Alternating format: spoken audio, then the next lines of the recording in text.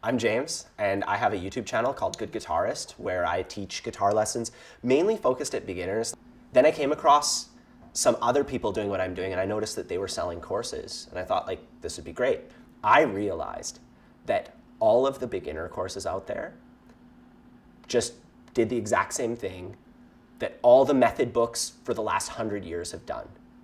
They kind of say, here's some chord shapes. All right, let's practice them. Here's some strumming patterns. 4 pages later, they've put the chords and the strumming together. But I realized that that's pretty counterintuitive to real people, or it goes against what real people are like. Real people might need to work on those chord shapes for a long time. Real people's fingers might not do what their brain is telling them as quickly. Just like I learned how to play guitar from magazines, from friends, from all that stuff. But there are a lot of people who just don't, it doesn't click for them. So I made a course that was underneath everybody else's beginner course. I found that everybody's beginner course kind of started here and went to here. My beginner course started here at like absolutely like nothing. And my beginner course always assumes that you're gonna have trouble with everything. It's like, oh, let's try this. Did you have trouble with it? Let's correct that. Having trouble with that, let's correct that. And just kind of always troubleshooting, right? And it's just meant to, like, no matter what, it can just kind of drag you out of the dirt. No matter where you are, it can just kind of pull you up. I believe that any person with the right amount of luck, if they find the right videos online and stuff, they could learn how to play guitar from scratch without ever paying a single penny. But then that relies on people finding the right videos, right? Like at the end of the day, YouTube is kind of just like a dog's breakfast. It's just like everything, everywhere. There's no real path. So then I thought, why don't I just take all the stuff I talk about on YouTube and all the things I talk about in real life and make a path, make something step by step that people could follow. A teacher says, trust me, if you do this goal that you set, you're gonna reach it. This is working you towards that goal, and I can reassure people of that. But when I'm doing that for myself, it's like, what do I wanna be able to play this thing, and is this really the path to get there? If somebody tells you, you'll believe it. But if you tell yourself, you don't necessarily believe it as much, right?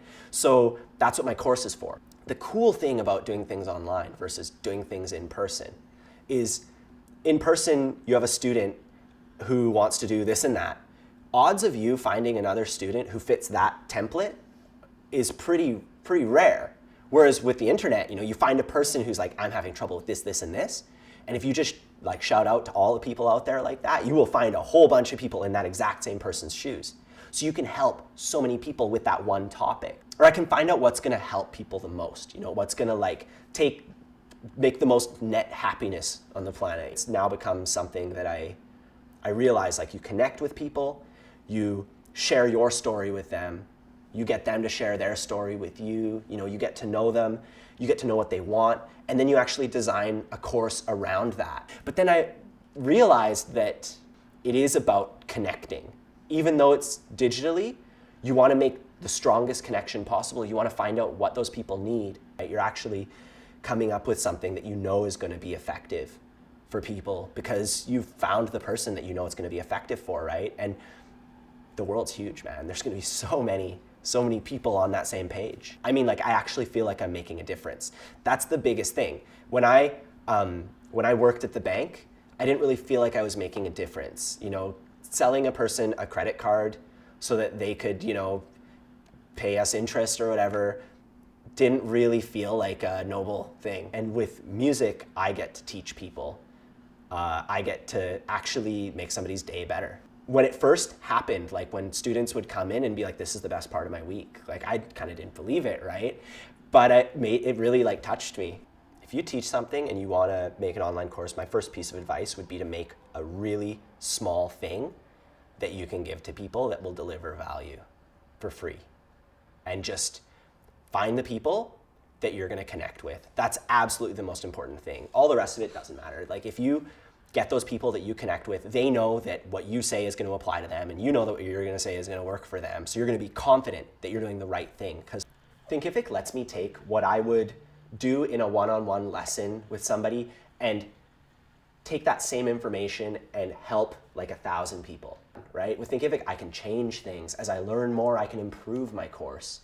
And it just allows me to reach people with the most up-to-date information, with the best way that I can teach it. I'll teach something a certain way today. 5 years from now, I will probably have a better way of teaching that thing.